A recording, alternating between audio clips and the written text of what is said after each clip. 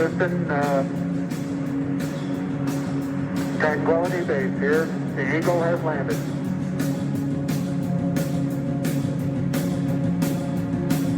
Okay, keep the chatter down in this room. T1, stand by T1.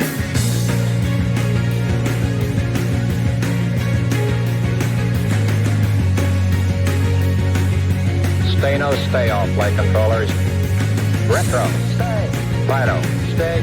Guidance, stay. Control, stay. Telcom, stay. GNC, stay. Ecom, stay. Surgeon, stay. Retro, go. Fido, go. Guidance, go. Control, go. Telcom, go. GNC, go. Ecom, go. Surgeon, go. Retro, go. Fido, go. Guidance, go. Control, go. Retro, go. Fido, go. Guidance, go. Control, go. Go, go, go, go.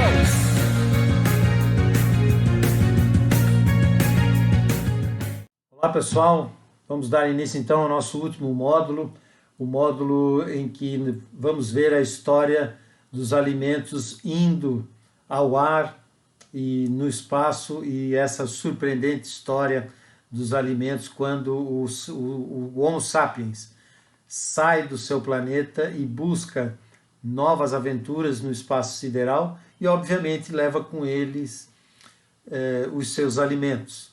Então, vamos ver exatamente essa história. Eu começo aqui com o mito grego do Pégasus, né?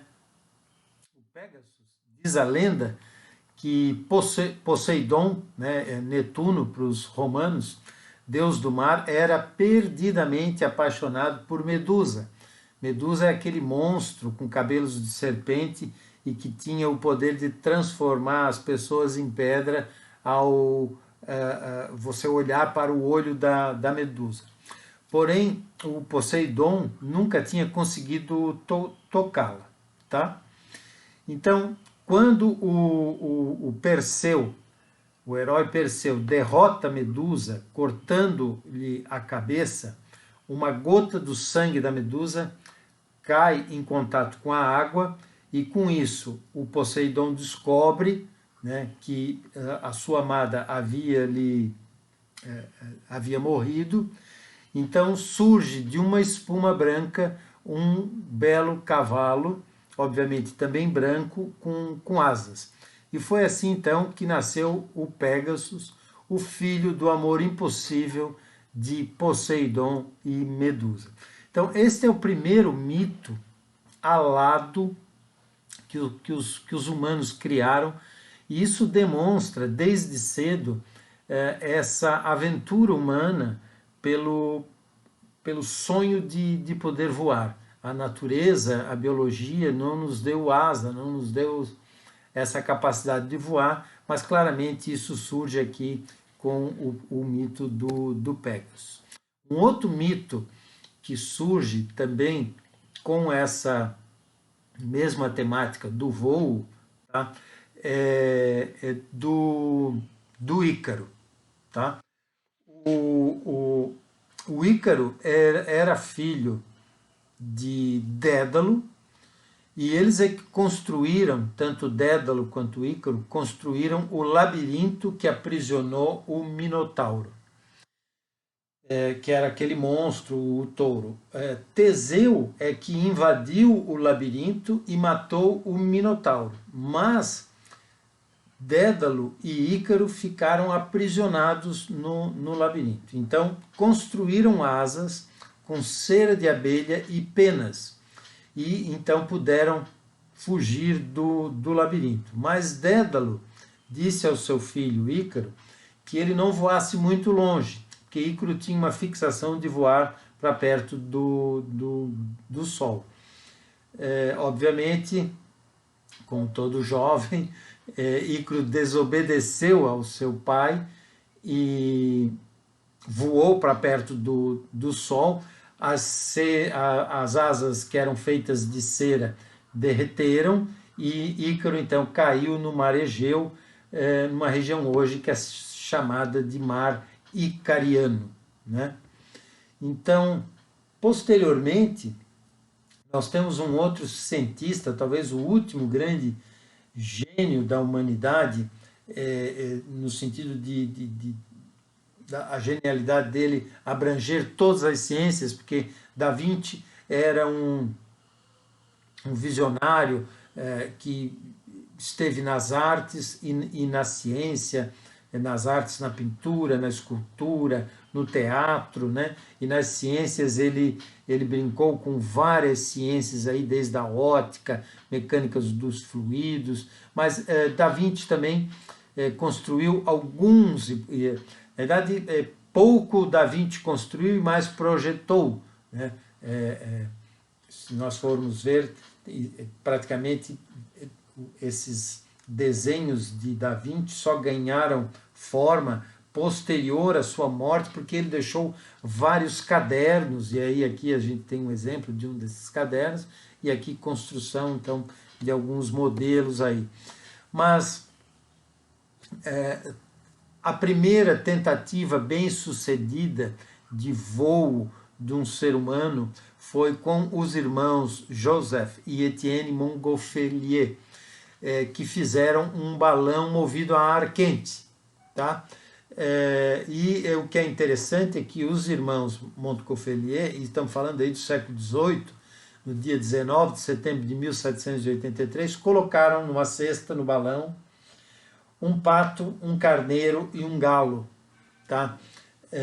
A gente não sabe bem por que eles escolheram esses animais, mas há relatos que eles colocaram o pato e o galo porque já eram animais, eram aves, né? Embora o galo não voasse, mas o pato voa, né? Então eles colocaram para ver o que poderia acontecer. Obviamente os três animais voltaram vivos, né?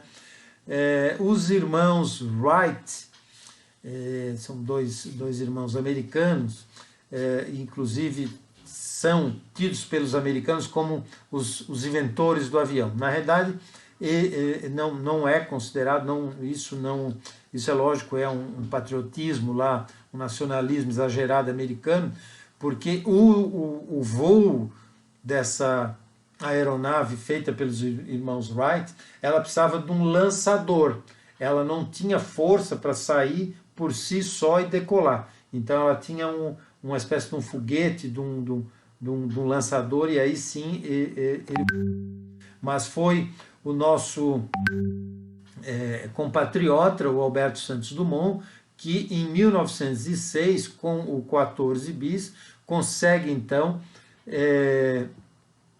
voar com aquilo que ele chamou um objeto mais pesado que o ar, né? Então o 14 bis tinha um motor e fazia com que essa aeronave então decolasse sozinha, sem precisar de qualquer força externa, como era o caso dos irmãos Wright, né? Então, nós ainda temos um outro caso de outros dois balonistas, e aí eu falo aqui deles, porque eles foram os primeiros a levar, no caso, uma bebida para o ar, né? Foram os irmãos Charles e Nicolas Louis Robert, em 1793, num balão movido a hidrogênio, né? Então, eles conseguiram subir na cesta do balão, sobrevoar as Tulherias, que são aqueles jardins ali em frente ao Louvre, e se tornaram então os primeiros a consumir uma bebida nos céus, né? E esse brinde aí foi o início de uma corrida para que posteriormente a gente chegue no século XIX, século XX, com um objeto que conseguisse realmente voar, e o homem dá vez de fato a sua imaginação, que começa lá com Pegasus e também com o nosso amigo Ícaro, né? Ainda no início do século XX, e aí eu coloco aqui o Zeppelin, o dirigível, né, que é esse balão sólido aqui, também com hidrogênio, que fazia ele voar. O Zeppelin leva esse nome em homenagem ao conde alemão Ferdinand von Zeppelin, que foi um pioneiro aí no desenvolvimento desses dirigíveis rígidos.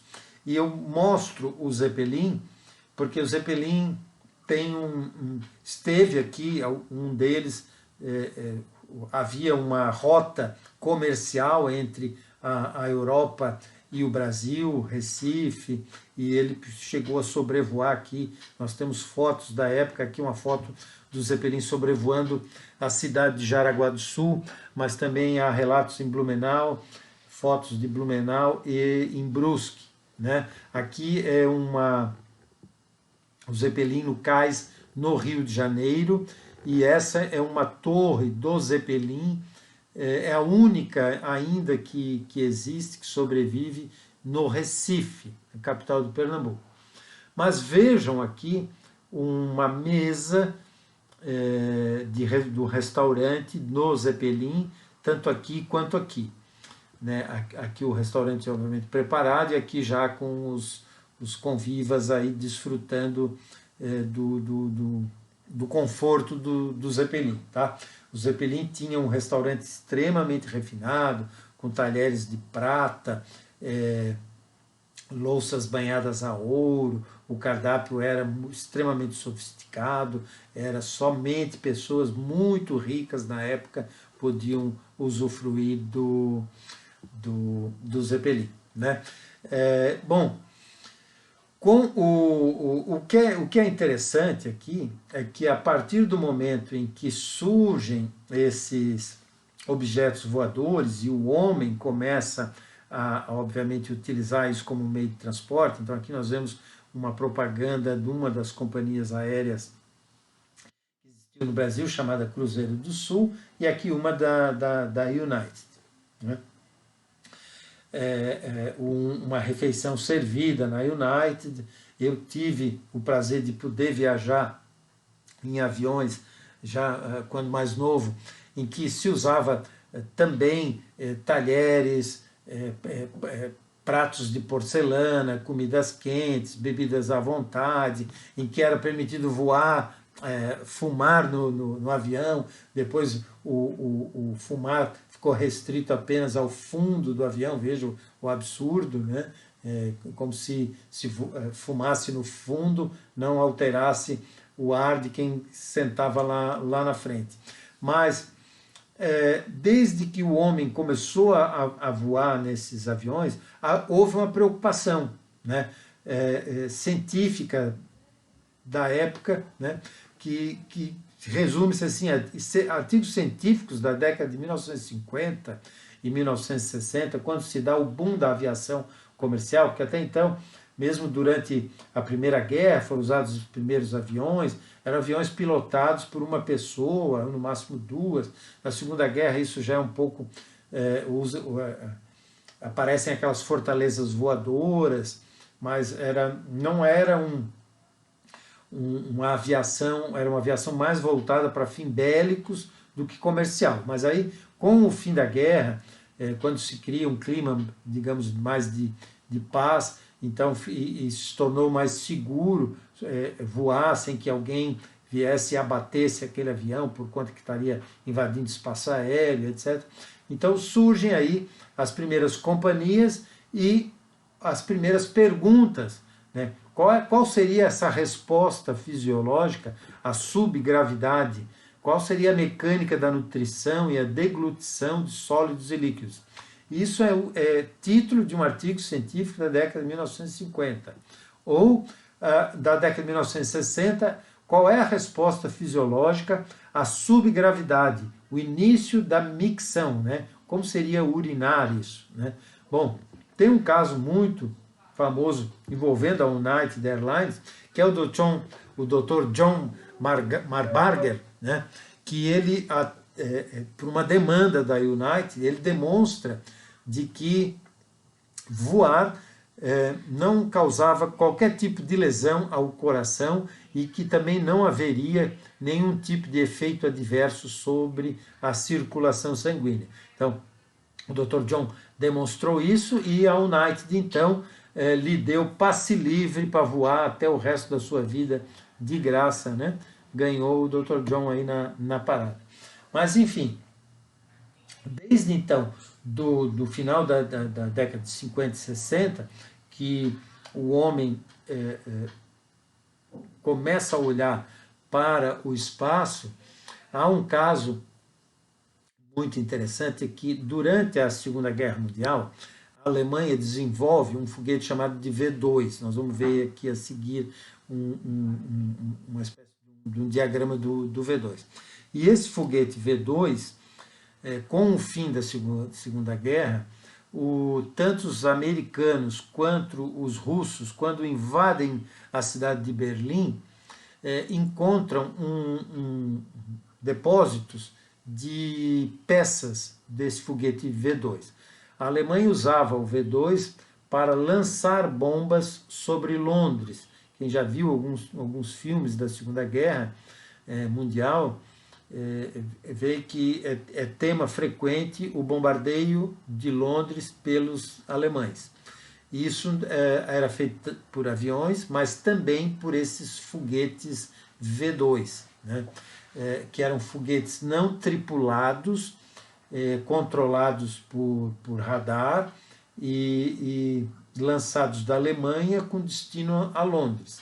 Eles eram muito pouco eficazes porque eles não tinham uma mira específica. Então, alguns caíam em zonas civis, outros caíam na zona rural de Londres, nos arredores. Os danos mais severos causados a Londres foram pelos bombardeios por aviação. Mas quando os americanos e os russos tomam posse dessas peças do V2, levam até essa tecnologia para os seus países. Os americanos levaram um pouco de vantagem porque levaram junto uma pessoa chamada Wernher von Braun. Von Braun foi um dos idealizadores do foguete V2. Né? Bom, começam então os programas espaciais norte-americanos e russos, né? E junto com isso as preocupações de se criar um foguete tripulado por um ser humano, né? E aí, aquelas perguntas que os irmãos Montgolfier fizeram lá no século XVIII, ao botarem um pato, um galo e um carneiro numa cesta do balão, são as mesmas perguntas que esses programas espaciais começam a se perguntar. Os órgãos humanos dependem da gravidade para funcionar, e aqui eu abro um parênteses, porque a gravidade, ela talvez seja a grande força do universo, né? Eu diria que a gravidade praticamente é um Deus, né? E por que eu falo isso? Porque é o seguinte, se nós pensarmos no início do universo, assim que se dá o Big Bang, há uma singularidade, uma grande explosão e se cria a matéria. Mas essa matéria era muito dispersa, eram nuvens de gases. O cosmos era um grande espaço vazio com nuvens desses gases. Bom, à medida que ocorre essa expansão e esse esfriamento do universo, esses gases começam a coalescer, como se fossem gotas de óleo dispersas na água. Se você botar algumas gotas de óleo na água, elas não se misturam. Se você agitar, vai formar pequenas gotículas de óleo, mas se você deixar em repouso, essas gotículas começam a coalescer, a se juntarem uma na outra até formar uma única massa de óleo na superfície por diferença de densidade. Mas esses gases, então, eles começam a coalescer e formar grãos minúsculos. E aí é que entra o que eu diria que é a luxúria do cosmos, que é a gravidade. A gravidade vai fazer esses grãos, pequenos grãos de matéria, se tornarem maiores por coalescência, até o ponto de que a gravidade ela é responsável, tá, pela vida na Terra, né? Mas vocês podem dizer assim, mas professor, sem água não há vida, né? Mas como é que surge a água? A água só é possível por conta da atração entre os átomos que compõem a água, e aí é lógico, não é só a gravidade, mas força fraca, força forte, né?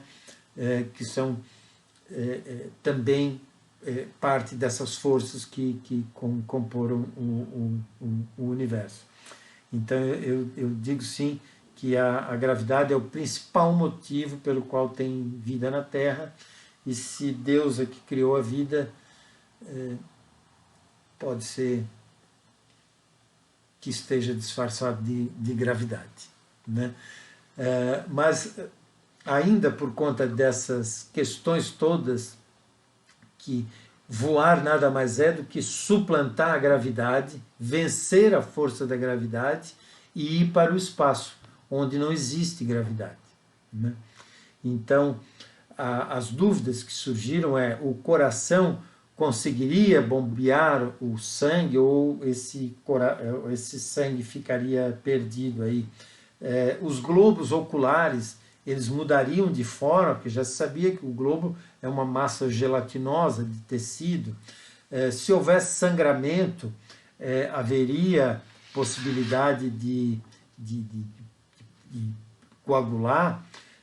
Os ossos flutuantes do ouvido, né, ficariam intactos, nós teríamos esse equilíbrio. Bom, o que aconteceria com a saúde digestiva nossa? Quanto tempo um ser humano poderia sobreviver nesse caso, né? Então surge aí uma série de perguntas que foram sendo respondidas com uma série de experiências, e uma delas é essa aqui, que está aqui no fundo do slide, que é essa cama com o pé mais elevado. Então foram feitos vários testes, eram pegos voluntários, e aí tem histórias engraçadíssimas, militares que não queriam ir para a guerra do Vietnã ou para a guerra da Coreia, se voluntariavam, prisioneiros que aí teriam uma alimentação mais regrada e etc.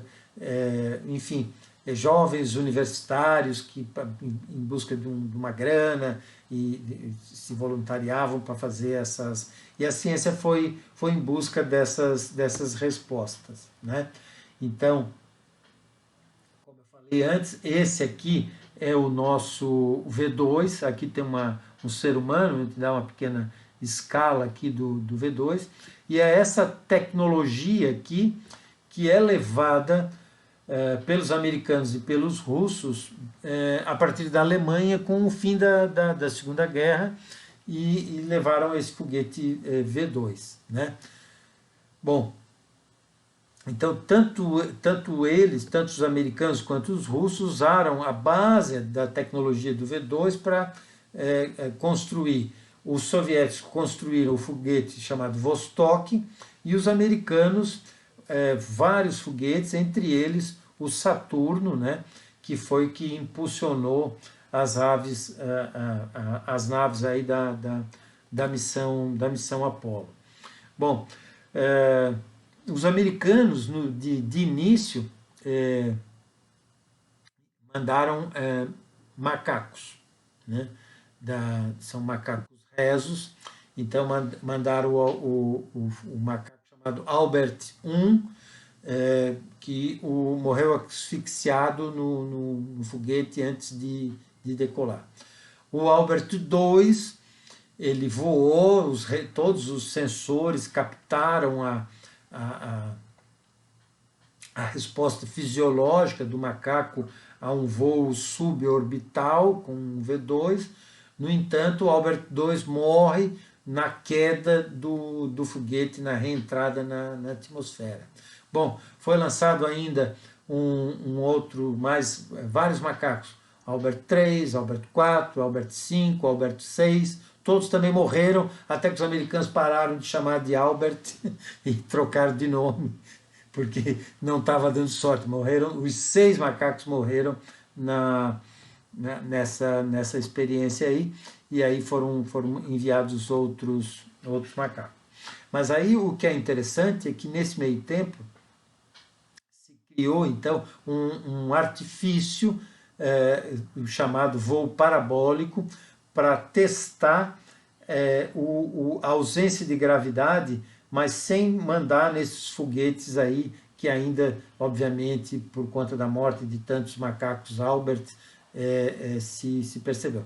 Então, um americano foi que inventou isso, que é o chamado voo parabólico, que é o seguinte: a aeronave faz uma subida muito brusca, gerando aí uma aceleração de 1,8 g durante 20 segundos, chega aqui, ele reduz o motor praticamente a zero, fazendo com que o avião descreva uma parábola, e aí em queda, cerca de 20 segundos de queda, os passageiros flutuam nessa ausência de peso, criado pela queda do avião, e aí o avião arremete, faz de novo o voo parabólico, e aí a gente tem uma série dessas subidas e descidas, vários desenhos de parábolas aqui, e com isso as pessoas dentro do avião experimentam a sensação do que é voar no espaço sideral. Isso foi um grande avanço, porque se pôde estudar os reflexos do ser humano a esse voo. Obviamente, esses aviões aqui, a cada missão dessa, eram na volta necessário lavar tudo isso aí, higienizar, porque é muito comum, a grande maioria, nos primeiros voos, vomitavam até o que a gente costuma dizer, as tripas, né? Bom, até que enfim, um cosmonauta russo, e aí aqui eu quero abrir um parênteses assim, ó, astronauta, cosmonauta, taikonauta, tudo são sinônimos. Astronauta são os americanos que chamam, cosmonauta são os russos que chamam, e taikonauta são os chineses, tá? E os outros países acabam chamando ou de um jeito ou de outro, né? Mas o Gagarin faz o famoso voo orbital, experimenta a ausência de gravidade, vê a Terra de longe, né? E isso no dia 12 de abril de 1961. Então os russos ganharam essa primeira partida, vamos dizer assim, essa primeira corrida, né, ao espaço. Isso no dia 12 de abril de 1961. E ele não só foi o primeiro homem a ir ao espaço, como foi o primeiro homem a comer no espaço. Né? O que ele comeu? Ele comeu carne e patê de fígado, seguido de chocolate líquido, espremidos num tubo de metal. Então, na realidade, era um tubo semelhante a esses tubos de creme dental que a gente vê, que nós temos aí nos nossos banheiros, né? E que ali, então, haviam carne, patê de fígado e chocolate, né? E havia dúvidas, sim, se era impossível o homem engolir, isso tudo porque um outro cosmonauta, German Titov, depois de ter ingerido 2 refeições, também nos mesmos tubos de metal, ainda em 1961, acabou vomitando tudo em pleno voo, né? Então, ainda era, nessa época, em 1961, os russos foram os primeiros a ter essa experiência, de que provavelmente eles achavam que não era possível comer, porque o Gagarin, ele fez um voo de poucas horas, né? Já o Titov ficou 1 dia e 1 hora, então se aquele lá que ficou pouco tempo não vomitou, mas o outro vomitou, então se fica mais tempo acaba vomitando. Então isso tudo acabou gerando aí uma série de problemas, né? Bom, pessoal, são os americanos que nos trazem as mais hilárias histórias do espaço, até por termos mais acesso a essas histórias, né? E dois deles são o Jim Lovell e o Gordon Cooper. O Lovell, ele voou tanto na Gemini 7 com o Cooper, como também ele foi depois o comandante da missão Apollo 13, que foi aquela missão que não chegou à Lua, né? Nós tivemos desde a Apollo 11 até a Apollo 17 com pousos lunares, interrompida aí pela Apollo 13. Muitos atribuem ao número, né, o 13 do azar, mas ela teve que retornar e por sorte chegaram vida. E o Lovell estava na Apollo 13 e tem um filme feito em Hollywood, estrelado pelo já ganhador do Oscar, Tom Hanks, que faz o papel do Lovell no filme, né? Mas é interessante um relato do Lovell na Gemini 7, em que ele diz o seguinte: poxa, mas sai tantas migalhas desses sanduíches de carne que nós nos sentimos dentro daqueles enfeites, e pensar que cada refeição custa $300. O enfeite que Lovell fala aqui são aqueles enfeites americanos, que são aquelas bolas com areia no fundo, você chacoalha e vira uma neve ali dentro, uns enfeites de Natal lá. E o Gordon Cooper, ele integrou o projeto Mercury, e ele foi então, depois, ele foi o primeiro cara a dormir no espaço, tá? Ele passou 34 horas, 19 minutos e 49 segundos em 22 órbitas em volta da Terra no Mercury. Depois ele retorna com o Lovell na Gemini 7 num voo de 8 dias e 120 órbitas, tá? Então, eu quis aqui nessa primeira parte dar uma introdução dos programas espaciais, e aí na segunda parte, a seguir, nós vamos falar especificamente de quais alimentos e de que maneira esses alimentos eram processados, embalados, conservados e consumidos nos diversos programas espaciais, tanto de russos, de americanos, quanto depois multinacionais, aí, com o caso da Estação Espacial Internacional. Tá bom? Até daqui a pouco. This is Apollo Control at 102 hours into the flight of Apollo 11. It's grown quite quiet here in Mission Control. A few moments ago, Flight Director Gene Kranz requested that everyone sit down, get prepared for events that are coming. And he closed with the remark, "Good luck to all of you."